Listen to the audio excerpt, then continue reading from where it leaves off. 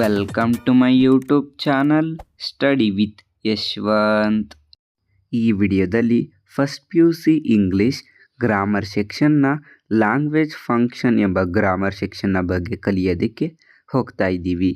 ಈ ಒಂದು ಲ್ಯಾಂಗ್ವೇಜ್ ಫಂಕ್ಷನ್ನ ಗ್ರಾಮರ್ ನಿಮ್ಮ ಎಕ್ಸಾಮ್ನಲ್ಲಿ 5 ಅಂಕಗಳಿಗೆ ಇರುತ್ತೆ. ನನ್ನ ಟಿಪ್ಸ್ಗಳನ್ನು ಫಾಲೋ ಮಾಡೋದ್ರಿಂದ ನೀವು 5ಕ್ಕೆ 5 ಅಂಕಗಳನ್ನು ತುಂಬ ಈಸಿಯಾಗಿ ಸ್ಕೋರ್ ಮಾಡ್ಬೋದು. ಹಾಗಾದರೆ ವಿಡಿಯೋವನ್ನು ಸ್ಟಾರ್ಟ್ ಮಾಡೋಣ. ನನ್ನ ಮೊದಲ tips, read the question means expression and functions once. ಮೊದಲು ಕ್ವಶನ್ನಲ್ಲಿ ನೀಡಿರುವ ಎಕ್ಸ್ಪ್ರೆಷನ್ಸ್ ಮತ್ತು ಫಂಕ್ಷನ್ಗಳನ್ನು ಕರೆಕ್ಟಾಗಿ ಓದಬೇಕು. ಇಲ್ಲಾಂದರೆ ನೀವು ಯಾವುದೋ ಎಕ್ಸ್ಪ್ರೆಷನ್ಗೆ ಯಾವುದೋ ಫಂಕ್ಷನನ್ನು ಮ್ಯಾಚ್ ಮಾಡುವ ಸಾಧ್ಯತೆ ಇರುತ್ತೆ. ಆದ್ದರಿಂದ ಒಂದ್ಸಲಿ ಕ್ವಶನ್ನಲ್ಲಿ ನೀಡಿರುವ ಎಕ್ಸ್ಪ್ರೆಷನ್ಸ್ ಮತ್ತು ಫಂಕ್ಷನನ್ನು ಓದಿ. ಎರಡನೆಯ tips, understand the meaning of expression and functions. ಎಕ್ಸ್ಪ್ರೆಷನ್ಗಳು ಮತ್ತು ಫಂಕ್ಷನ್ಗಳ ಮೀನಿಂಗನ್ನು ತಿಳ್ಕೊಳ್ಳೋದು ತುಂಬಾ ಇಂಪಾರ್ಟೆಂಟ್ ಆಗುತ್ತೆ. ಇಲ್ಲಾಂದ್ರೂ ಕೂಡ ನೀವು ಮಿಸ್ಮ್ಯಾಚ್ ಮಾಡ್ತೀರಾ. ನೀವು ಮೊದಲ 2 ಟಿಪ್ಸ್ಗಳನ್ನು ಫಾಲೋ ಮಾಡಿದ ನಂತರ ಮ್ಯಾಚ್ ಮಾಡೋದಕ್ಕೆ ಸ್ಟಾರ್ಟ್ ಮಾಡ್ಬೋದು. ಮತ್ತು ಕೊನೆಯದಾಗಿ ನೀವು ಮಿನಿಮಮ್ 8 to 9 ಸೆಟ್ ಆಫ್ ಕ್ವಶನ್ಗಳನ್ನು ಪ್ರಾಕ್ಟೀಸ್ ಮಾಡಬೇಕಾಗುತ್ತೆ. ಹೀಗೆ ಪ್ರಾಕ್ಟೀಸ್ ಮಾಡೋದ್ರಿಂದ ಯಾವ ರೀತಿಯ ಫಂಕ್ಷನ್ಗಳು ಎಕ್ಸಾಮ್ನಲ್ಲಿ ಇರುತ್ತೆ, ಯಾವ ರೀತಿ ಎಕ್ಸ್ಪ್ರೆಷನ್ಗಳು ಇರುತ್ತೆ, ಹೇಗೆ ಮ್ಯಾಚ್ ಮಾಡಬೇಕು ಅನ್ನೋಕ್ಕಂಥದ್ದು ನಿಮಗೆ ತುಂಬ ಈಸಿಯಾಗಿ ಗೊತ್ತಾಗುತ್ತೆ. ನಾನು ಇದರ ಜೊತೆಗೆ ಇನ್ನೂ 8 ಸೆಟ್ ಆಫ್ ಕ್ವಶನ್ ಪೇಪರ್ಗಳನ್ನು PDF ಮಾಡಿ ಸ್ಟಡಿ ವಿತ್ ಯಶ್ವಂತ್ ಟೆಲಿಗ್ರಾಮ್ ಗ್ರೂಪ್ಗೆ ಹಾಕಿರ್ತೇನೆ. ಟೆಲಿಗ್ರಾಮ್ ಗ್ರೂಪ್ನ ಲಿಂಕನ್ನು ನಾನು ಅಬೌಟ್ ಸೆಕ್ಷನ್ನಲ್ಲಿ ಮತ್ತು ಪಿನ್ಡ್ ಕಮೆಂಟಲ್ಲಿ ಪಿನ್ ಮಾಡಿರ್ತೀನಿ, ನೀವು ಚೆಕ್ಔಟ್ ಮಾಡ್ಬೋದು. ಈಗ ಒಂದು ಕ್ವಶನನ್ನು ಸಾಲ್ವ್ ಮಾಡೋಣ. Match the expression under the column A with its corresponding language function under B. ನಾವು A ಕಾಲಮ್ ಮತ್ತು B ಕಾಲಮ್ನಲ್ಲಿ ನೀಡಿರುವ ಎಕ್ಸ್ಪ್ರೆಷನ್ ಮತ್ತು ಫಂಕ್ಷನ್ಗಳನ್ನು ಮ್ಯಾಚ್ ಮಾಡಬೇಕು.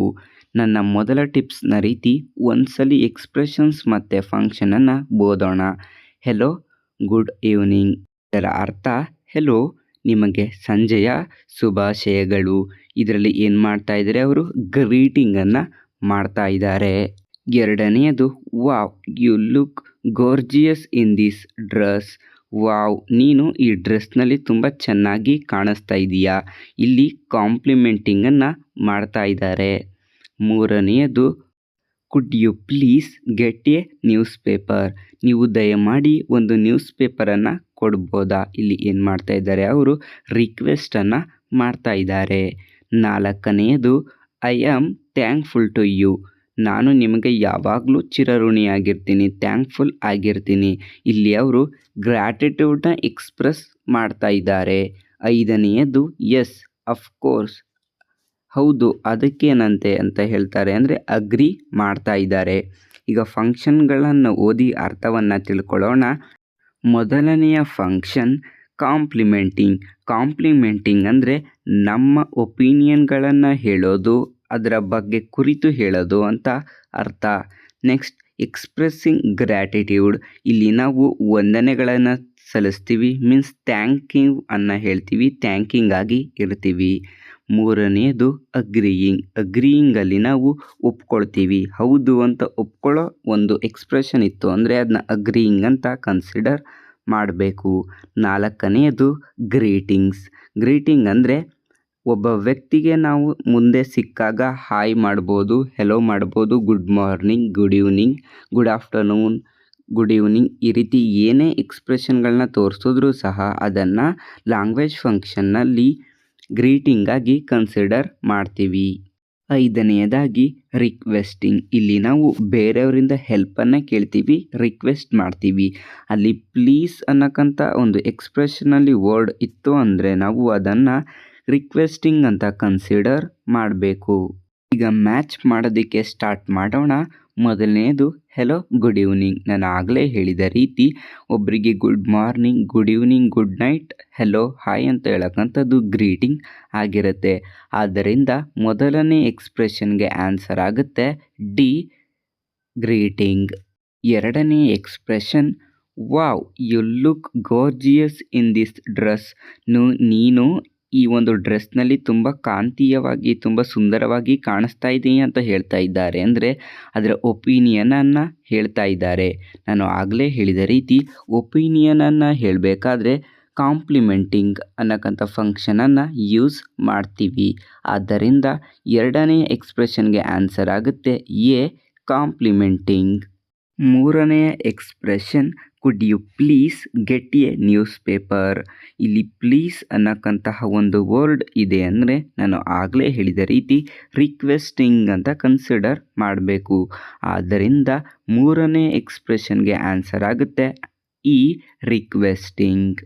ನಾಲ್ಕನೆಯ expression I am thankful to you. ನಾನು ಆಗಲೇ ಹೇಳಿದ ರೀತಿ ನಾನು ನಿನಗೆ ಥ್ಯಾಂಕ್ಫುಲ್ಲಾಗಿ ಇರ್ತೀನಿ ಅಂದಾಗ ಥ್ಯಾಂಕ್ ಯು ಅಂತ ಬಂದಾಗ ಗ್ರ್ಯಾಟಿಟ್ಯೂಡನ್ನು ಎಕ್ಸ್ಪ್ರೆಸ್ ಮಾಡ್ತಾ ಇದ್ದಾರೆ. ಆದ್ದರಿಂದ ಇದಕ್ಕೆ ಆನ್ಸರ್ ಬಿ ಎಕ್ಸ್ಪ್ರೆಸ್ಸಿಂಗ್ ಗ್ರ್ಯಾಟಿಟ್ಯೂಡ್. ಐದನೆಯ ಎಕ್ಸ್ಪ್ರೆಷನ್ ಎಸ್ ಅಫ್ಕೋರ್ಸ್. ಹೌದು ಅದಕ್ಕೇನಂತೆ ಅಂತ ಹೇಳ್ತಾ ಇದ್ದಾರೆ ಅಂದರೆ ಒಪ್ಕೊಳ್ತಾ ಇದ್ದಾರೆ ಅಂತ ಅರ್ಥ. ಒಪ್ಕೊಳ್ತಾ ಇದ್ದಾರೆ ಅನ್ನಕ್ಕಂಥದ್ದನ್ನ ಇಂಗ್ಲೀಷಲ್ಲಿ ಅಗ್ರೀಯಿಂಗ್ ಅಂತ ಕರಿತೀವಿ. ಆದ್ದರಿಂದ ಇದಕ್ಕೆ ಮ್ಯಾಚ್ ದ ಫಂಕ್ಷನ್ ಆಗುತ್ತೆ ಆಪ್ಷನ್ ಸಿ ಅಗ್ರೀಯಿಂಗ್. ನೀವು ಎಕ್ಸಾಮ್ನಲ್ಲಿ ಈ ರೀತಿಯ ಲೈನ್ಗಳನ್ನು ಹಾಕದೆ ಮೊದಲು ಎಕ್ಸ್ಪ್ರೆಷನ್ ಎ ಕಾಲಮನ್ನು ಬರೆದು ಅದರ ಮುಂದೆ ಸರಿಯಾದ ಬಿ ಕಾಲಮ್ನ ಆನ್ಸರ್ಗಳನ್ನು ಬರೀರಿ. ಈ ವಿಡಿಯೋ ನಿಮಗೆ ಯೂಸ್ಫುಲ್ ಆಗಿದ್ದರೆ ಈ ಒಂದು ವಿಡಿಯೋಗೆ ಲೈಕ್ ಮಾಡಿ, ಈ ವಿಡಿಯೋವನ್ನು ನಿಮ್ಮ ಫ್ರೆಂಡ್ಸ್ಗಳೊಂದಿಗೆ ಶೇರ್ ಮಾಡಿ. ಇದೇ ರೀತಿಯ ಹೊಸ ವಿಡಿಯೋಗಳಿಗಾಗಿ ಸ್ಟಡಿ ವಿತ್ ಯಶವಂತ್ ಯೂಟ್ಯೂಬ್ ಚಾನಲ್ಗೆ ಸಬ್ಸ್ಕ್ರೈಬ್ ಆಗಿ ಮತ್ತು ಹೊಸ ವಿಡಿಯೋಗಳ ನೋಟಿಫಿಕೇಷನ್ಗಾಗಿ ಪಕ್ಕದಲ್ಲಿರುವ ಬೆಲ್ ಐಕನ್ ಕ್ಲಿಕ್ ಮಾಡಿ. ನಾನು ಇನ್ಸ್ಟಾಗ್ರಾಮ್ ಮತ್ತು ಎಕ್ಸ್ ಟ್ವಿಟರ್ನಲ್ಲೂ ಇದ್ದೇನೆ, ಅಲ್ಲೂ ಕೂಡ ಫಾಲೋ ಮಾಡ್ಬೋದು. ಲಿಂಕ್ಗಳನ್ನು ಅಬೌಟ್ ಸೆಕ್ಷನ್ನಲ್ಲಿ ನೀಡಿರುತ್ತೇನೆ. ಲೇಟೆಸ್ಟ್ ಅಪ್ಡೇಟ್ಗಾಗಿ ಟೆಲಿಗ್ರಾಮ್ ಗ್ರೂಪ್ಗೆ ಜಾಯ್ನ್ ಆಗಿ, ಅದರ ಲಿಂಕನ್ನು ಕೂಡ ಅಬೌಟ್ ಸೆಕ್ಷನ್ನಲ್ಲಿ ನೀಡಿರುತ್ತೇನೆ. Thank you for watching this video.